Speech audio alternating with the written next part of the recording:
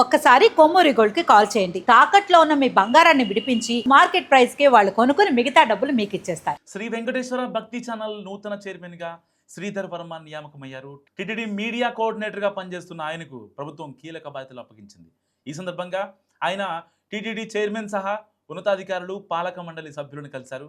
TTD chairman BR Naidu, EO Muddada Ravichandra, additional EO Venkaiah Chowdary, JEO శరత్లను కలిసి శుభాకాంక్షలు అందుకున్నారు.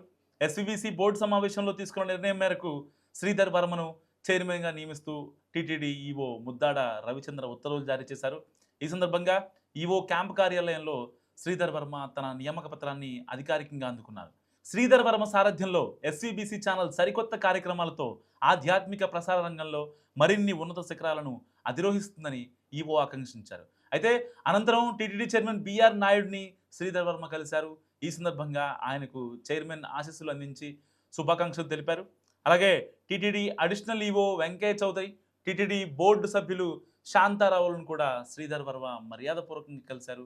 ఈ సమావేశంలో SAAP chairman Ravi Naidu, Yadava corporation chairman Narasimha Yadav, Kapu corporation director Thota వాసుతో పాటు పలువురు ప్రముఖులు పాల్గొన్నారు. ఎస్వీబీసీ చైర్మన్గా నియమితులైన శ్రీధర్ వర్మ ఈ నెల 22వ తేదీన అధికారికంగా బాధ్యతలు చేపట్టున్నారు. శ్రీవారి భక్తులకు మరింత చేరువయ్యేలా నాణ్యమైన ఆధ్యాత్మిక కంటెంట్ను అందించడమే తన ప్రథమ కర్తవ్యమని ఈ సందర్భంగా శ్రీవర్మ తెలిపారు.